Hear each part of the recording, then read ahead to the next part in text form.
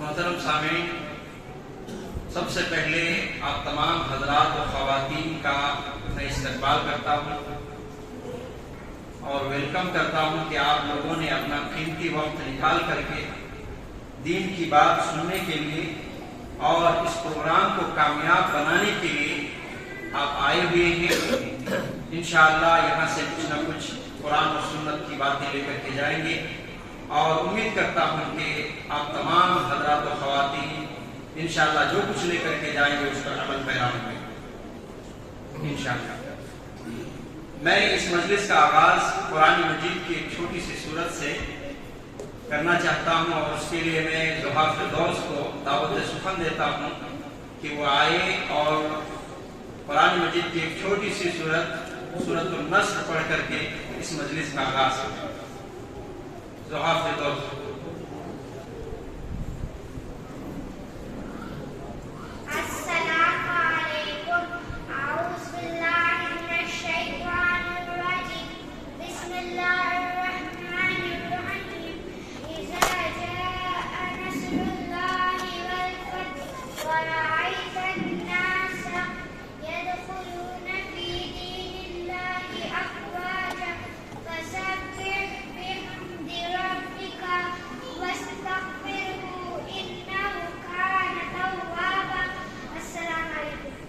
یہ تھی ضحیٰ فردوس جو مجلس کو آغاز کرنے کے لیے قرآن مجید کی ایک چھوٹی سی سورت النصر پڑھ رہی تھی۔ معزز سامعین، آپ تمام حضرات تو خواتین آئے ہوئے ہیں، بڑی خوش نصیبی کی بات ہے کہ ہم اس دینی مجلس میں جو ہے ایک اکٹھا جمع ہوئے ہیں۔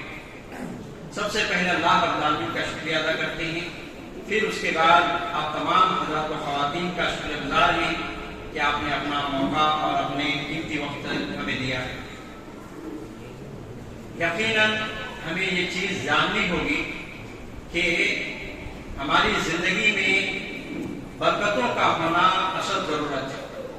ہمارے مال و دولت میں، ہمارے وقتوں میں اور ہماری خود کی زندگی میں، ہماری اولاد میں، ہر چیز میں برکتوں کا ہونا بہت ضروری ہے اور ان برکتوں کو اس وقت تک ہم حاصل نہیں کر سکتے ہیں جب تک کہ ہم ان کے اسباب کو نہ جانیں کہ وہ کون کون سے قرآن و سنت میں اس کے اسباب بتائے گئے ہیں کہ اگر وہ اسباب ہم اختیار کرتے ہیں تو انشاءاللہ العزیز ہماری زندگی میں، ہمارے مال و دولت میں، ہمارے اوقات میں، ہمارے علم و فہم میں، ہمارے اولاد میں اور دیگر ساری چیزوں میں، ہماری پوری کی پوری زندگی میں، دنیا کی زندگی میں بھی اور آخرت کی زندگی میں بھی وہ برکتیں آ سکتی ہیں۔ اور اسی طریقے سے قرآن و سنت میں کچھ موانع بھی ہیں جس سے ہم اگر نہ بچتے ہوں تو ایسی صورت میں ہماری زندگی میں برکت نہیں آ سکتی۔ تو کچھ اسباب ایسے بیان کیے گئے ہیں کہ جو ہمیں کرنے ہیں اور کچچھ موانع بھی ہیں جس کو نہیں کرنے ہیں، اور یہ دونوں چیز ہماری زندگی میں جب آ جائے گی تو انشاءاللہ ہماری زندگی میں خیر و برکت آئیں گی، ضرور آئیں گی انشاءاللہ۔ ہمارے جو آج کے محترم فضلت الشیخ حافظ زبیر فیضی حفظہ اللہ تعالی ہیں، یہ ہمارے خصوصی آج کے مہمان ہیں اور آج کے خصوصی مقرر ہیں۔ انشاءاللہ العزیز انہی کی زبانی میں اس تعلق سے ہم پوری تفصیلات سنیں گے کہ وہ کون کون سے ہم اسباب اختیار کریں گے کہ ہماری زندگی میں برکتیں، اللہ کی رحمتیں جو ہے نازل ہوں گی اور کون کون سی چیزوں سے ہم بچیں گے کہ جس کے ذریعے سے ہماری زندگی خوشگواری سے بھرے گی اور برکتوں سے مالا مال ہم ہوں گے۔ تو میں اپنی بات کو طول نہ دیتے ہوئے میں فضلت الشیخ کو موقع دیتا ہوں کہ وہ تفصیلات کو آپ کے سامنے رکھیں۔ آپ تمام سے گزارش کی جاتی ہے کہ جو آپ باہر ہیں وہ برائے مہربانی اندر آ جائیں اور سلیقے سے بیٹھیں، اور اوپر میں جو ہمارے خواتین حضرات ہیں تو ان خواتین سے گزارش کی جاتی ہے کہ وہ اپنے بچوں کو ذرا سائلنٹ رکھیں۔ اگر بہت چھوٹے بچے ہیں تو اس صورت میں نیچے بھیج دیں تاکہ وہ سائلنٹ رہیں گے انشاءاللہ، اور آپ لوگ بھی شانتی کا ماحول بنائے رکھیں۔ انشاءاللہ یہ پروگرام کامیاب ہوگا اور کوشش کریں کہ جو کچھ ہم یہاں سے سیکھ کر کے جائیں انشاءاللہ ہماری زندگی میں اس پر عمل پیدا ضرور ہوگا۔ ان الحمد لله نحمده ونستعينه ونستغفره ونعوذ بالله من شرور أنفسنا ومن سيئات أعمالنا من يهده الله فلا مضل له ومن يضلل فلا هادي له وأشهد أن لا إله إلا الله وحده لا شريك له وأشهد أن محمدا عبده ورسوله يا أيها الذين آمنوا اتقوا الله حق تقاته ولا تموتن إلا وأنتم مسلمون يا أيها الناس اتقوا ربكم الذي خلقكم من نفس واحدة وخلق منها زوجها وبث منهما رجالا كثيرا ونساء واتقوا الله الذي تساءلون به والأرحام إن الله كان عليكم رقيبا يا أيها الذين آمنوا اتقوا الله وقولوا قولا سديدا يصلح لكم أعمالكم ويغفر لكم ذنوبكم ومن يطع الله ورسوله فقد فاز فوزا عظيما أما بعد فإن أحسن الحديث كتاب الله وخير الهدي هدي محمد صلى الله عليه وسلم وشر الأمور محدثاتها وكل محدثة بدعة وكل بدعة ضلالة وكل ضلالة في النار. أعوذ بالله السميع العليم من الشيطان الرجيم من همزه ونفخه ونفثه بسم الله الرحمن الرحيم ولقد أرسلنا نوحا إلى قومه فلبث فيهم 1000 سنة إلا 50 عاما فأخذهم الطوفان وهم ظالمون. وقال الله تعالى من عمل صالحا من ذكر أو أنثى فلنحيينه حياة طيبة. معزز برادران اسلام، نوجوان ساتھیوں، بزرگان دین، پردہ نشین خواتین اسلام، مجلس میں موجود عزیز صحابہ، آج اس ماہانہ پروگرام میں منتظمین اجلاس نے جو موضوع مجھے آپ کو دیا ہے وہ موضوع ہے اپنی زندگی کو بابرکت بنائیں۔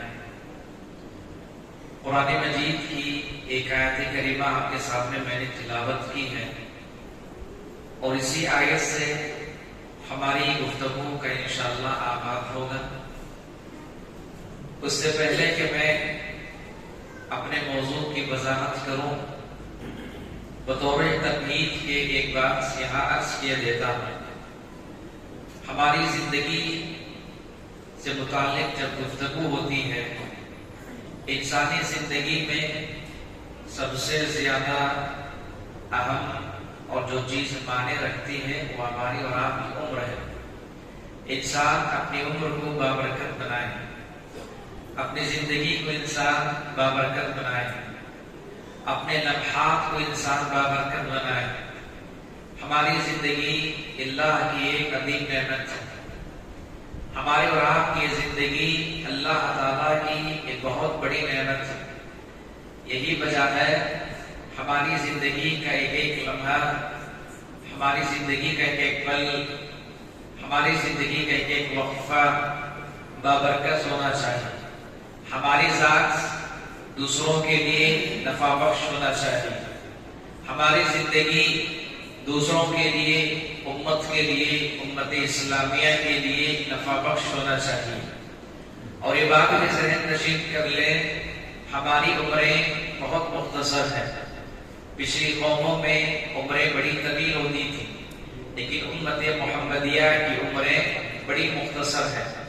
میں نے خطبے کے آغاز میں جو آیت کریمہ تلاوت کی ہے، اس آیت میں اللہ نے نوح علیہ السلام کی عمر کا تذکرہ کیا ہے۔ چنانچہ اللہ نے کہا وَلَقَدْ أَرْسَلْنَا نُوحًا إِلَىٰ قَوْمِهِ فَلَبِثَ فِيهِمْ، یعنی نوح علیہ السلام نے اپنی قوم میں تقریباً 950 سال آپ نے خدمت کی۔ کتنے سال؟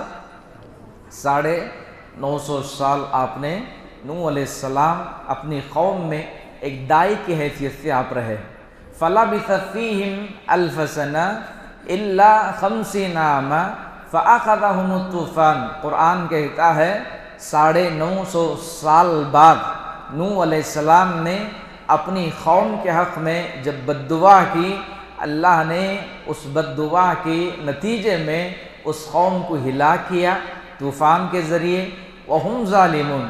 قرآن کہتا ہے کہ دراصل یہ گنہگار تھے، اللہ کے نافرمان تھے، جس کی وجہ سے اللہ نے نوح کی قوم کو تہس نہس کر دیا.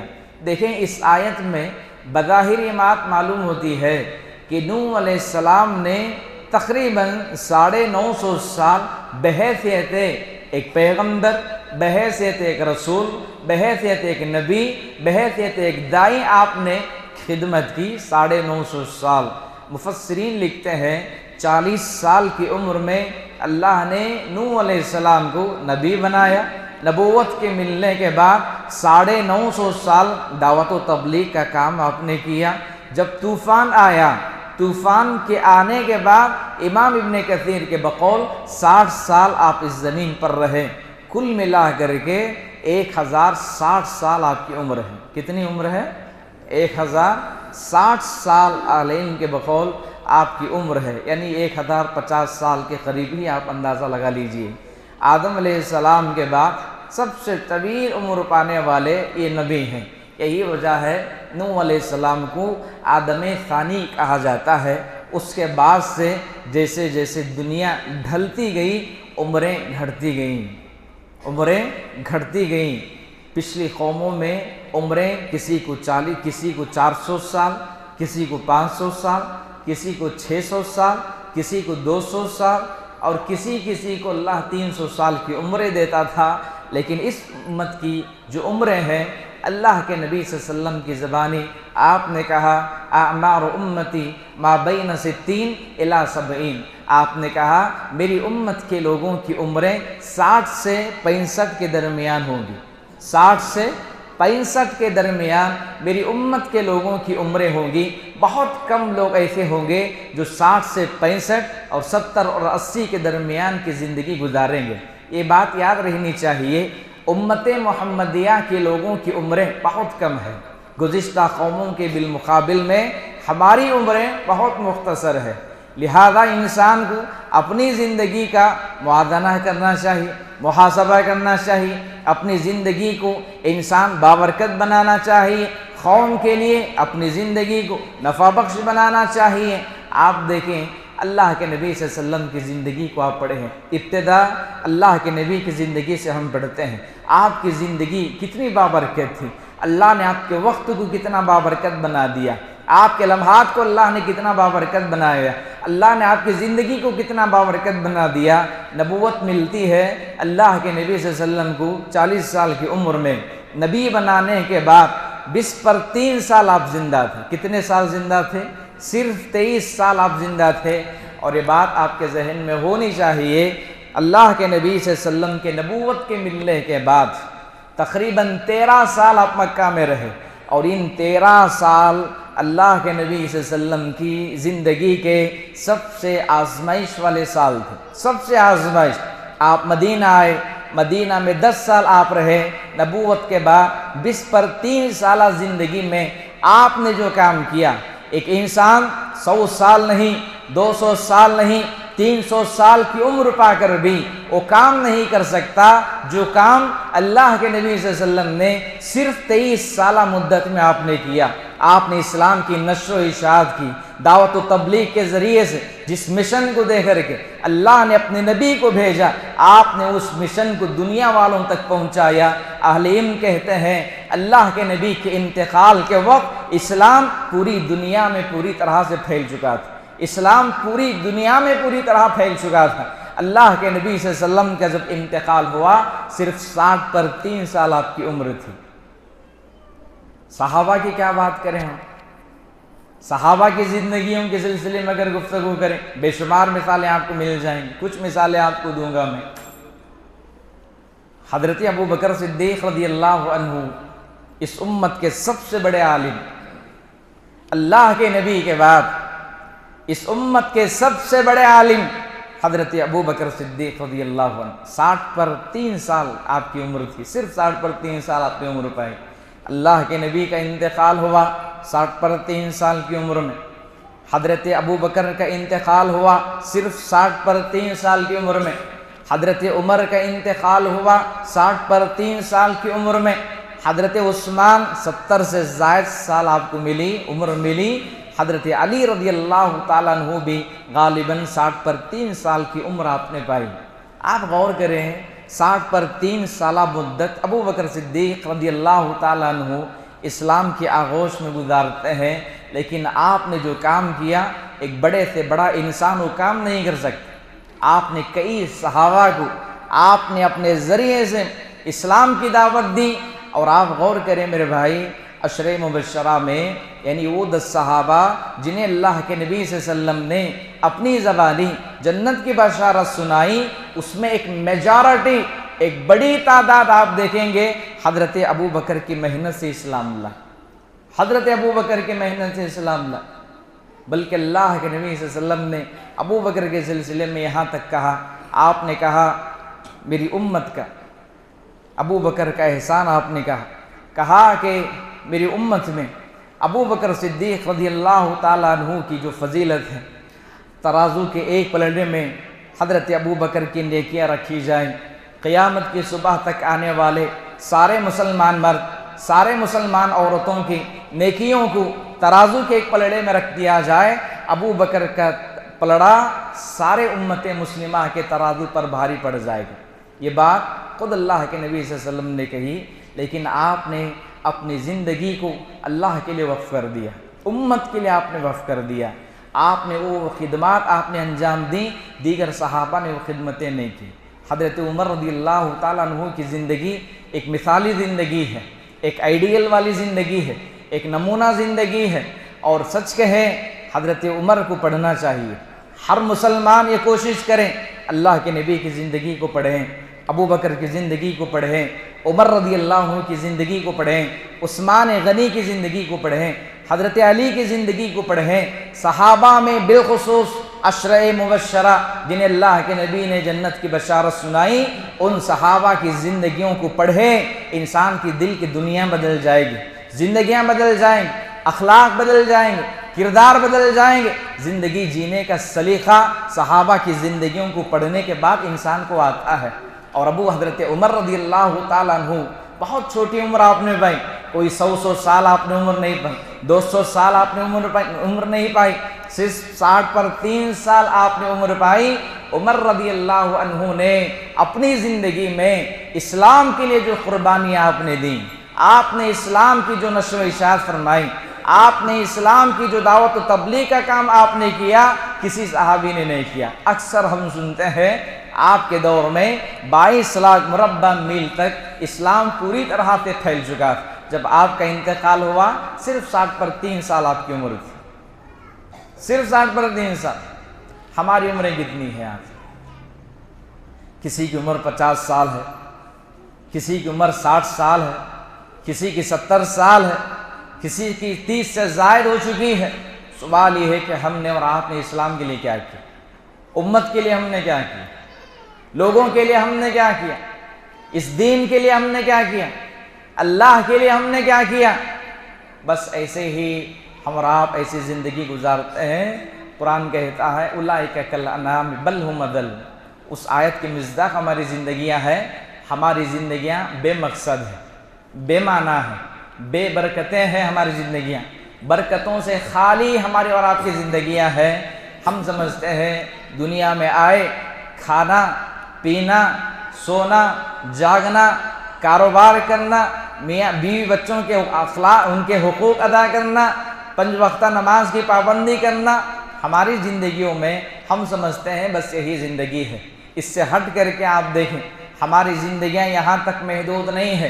اللہ نے جو زندگی ہمیں دی ہے اس زندگی کو غنیمت جانے، مرنے سے پہلے اسلام کے لیے، اس دین کے لیے، مسلمانوں کے لیے کچھ کر کے جائیں۔ آپ دیکھیں صحابہ میں ایک صحابی ہے حضرت معاذ بن جبل رضی اللہ عنہ، مثال تھوڑا غور سے سنیے آپ اس کو۔ اور ذہن میں رکھیے اس کو۔ میں سمجھتا ہوں ایک مثال ہماری زندگی کے لیے کافی ہے۔ معاذ بن جبل رضی اللہ عنہ بہت چھوٹی عمر میں اسلام لائے تھے۔ اللہ کے نبی صلی اللہ علیہ وسلم کی زندگی میں مسجد قباء کے امام بنائے گئے تھے آپ، مسجد قباء کے۔ اللہ کے نبی کی زندگی میں معاذ بن جبل کو آپ علیہ السلام نے مسجد قباء کا امام بنایا، اور یہ بات یقیناً میرے اور آپ کے لیے حیران کرنے والی بات ہے۔ اس وقت صحابہ میں ابو بکر بھی تھے، عمر بھی تھے، عثمان بھی تھے، علی بھی تھے۔ آپ نے ایک چھوٹی عمر کے ایک صحابی رسول معاذ بن جبل کو آپ نے مسجد قباء کا امام بنایا۔ اس وقت ان کی عمر صرف 18 سال تھی۔ کتنے سال تھی؟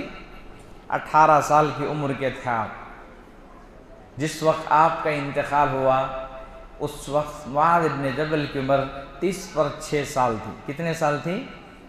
30 پر 6 سال، 36 سال کی عمر میں آپ کا انتقال ہوا۔ آپ کو میں بتاؤں، اللہ کے نبی صلی اللہ علیہ وسلم نے اپنی زندگی میں یمن کی طرف دائی بنا کر کے بھیجا، دائی بنا کر کے بھیجا تھا اللہ کے نبی صلی اللہ علیہ وسلم، بلکہ آپ نے اپنی زندگی میں بہت ساری قربانیاں آپ نے دی۔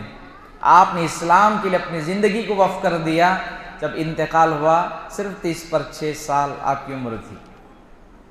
اتنا ہی نہیں، صحابہ کی زندگیاں آپ پڑھیں گے نا، یقیناً صحابہ کی زندگیاں مثالی زندگیاں ہیں۔ بہت ایسی مثالیں آپ کو مل جائیں گی۔ سعد بن معاذ رضی اللہ عنہ، سعد بن معاذ رضی اللہ عنہ بھی کوئی لمبی عمر آپ نے نہیں پائی، چھوٹی عمر ہی آپ نے پائی، لیکن اللہ کے نبی صلی اللہ علیہ وسلم نے سعد بن معاذ کے سلسلے میں یہ بات کہا ایک جنگ کے موقع پر کچھ قیدیوں کو گرفتار کر کے لایا گیا۔ معاذ بن جبل، سعد بن معاذ رضی اللہ تعالیٰ، دیکھیں ایک ہے معاذ بن جبل، ایک ہے سعد بن معاذ، دونوں الگ الگ ہیں۔ بسا اوقات کچھ لوگ کنفیوز کر لیتے ہیں۔ معاذ بن جبل یہ الگ صحابی ہیں، سعد بن معاذ یہ دوسرے صحابی ہیں۔ سعد بن معاذ رضی اللہ عنہ اللہ کے نبی صلی اللہ علیہ وسلم کو ایک مشورہ دیے۔ کیا دیے؟